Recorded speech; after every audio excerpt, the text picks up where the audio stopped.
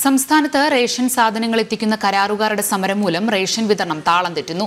ശമ്പള കുടിശ്ശിക ആയതോടെയാണ് കരാറുകാർ സമരം ആരംഭിച്ചത്. ഓണം അടുത്തതോടെ റേഷൻ വിതരണം പ്രതിസന്ധിയിലായത് സാധാരണക്കാരെ ആശങ്കയിലാക്കിയിരിക്കുകയാണ്.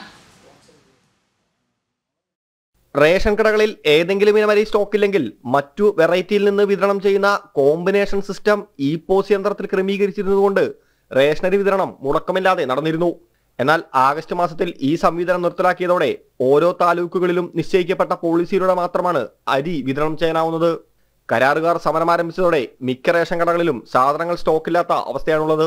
മുൻഗണനാ വിഭാഗമായ മഞ്ഞ, പിങ്ക്, സംസ്ഥാന പദ്ധതിയായ നീല, വെള്ള തുടങ്ങിയ കാർഡുകാരുടെ പുഴുങ്ങല്ലരി, പച്ചരി, കുത്തരി എന്നിവയിൽ ഏതെങ്കിലും ഒരിനം അരി സ്റ്റോക്കില്ലെങ്കിൽ ആ വിഹിതം റേഷൻ ഉപഭോക്താക്കൾക്ക് പോളിസി അനുസരിച്ച് ക്രമീകരിച്ചിരിക്കുന്നത് കൊണ്ട് തന്നെ സാധാരണഗതിയിൽ വിതരണം ചെയ്യാനാവാത്ത അവസ്ഥയാണുള്ളത്. പച്ചരിയുള്ള സ്ഥലത്ത് മട്ടയരിയില്ല, മട്ടയരിയുള്ള സ്ഥലത്ത് പുഴുക്കലരിയില്ല. കാരണം ഈ സമരം കൊണ്ട് അരി എത്തിയിട്ടില്ല, അതുകൊണ്ട് ഇത് കൊടുക്കാൻ കഴിയുന്നില്ല. ഇത് ഗവൺമെന്റിന്റെ ശ്രദ്ധയിൽ നേരത്തെ കത്ത് കൊടുത്തുകൾ പറഞ്ഞതാണ്.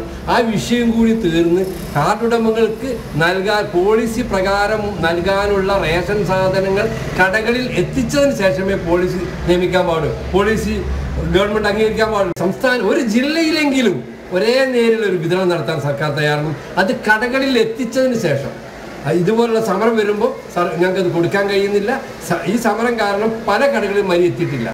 കോവിഡ് കാലത്ത് റേഷൻ കടകൾ വഴി സർക്കാർ വിതരണം ചെയ്ത കിറ്റിന്റെ കമ്മീഷൻ തുക പൂർണ്ണമായും ലഭിക്കാത്തതിൽ റേഷൻ വ്യാപാരികൾ നേരത്തെ പ്രതിഷേധവുമായി രംഗത്തെത്തിയിരുന്നു.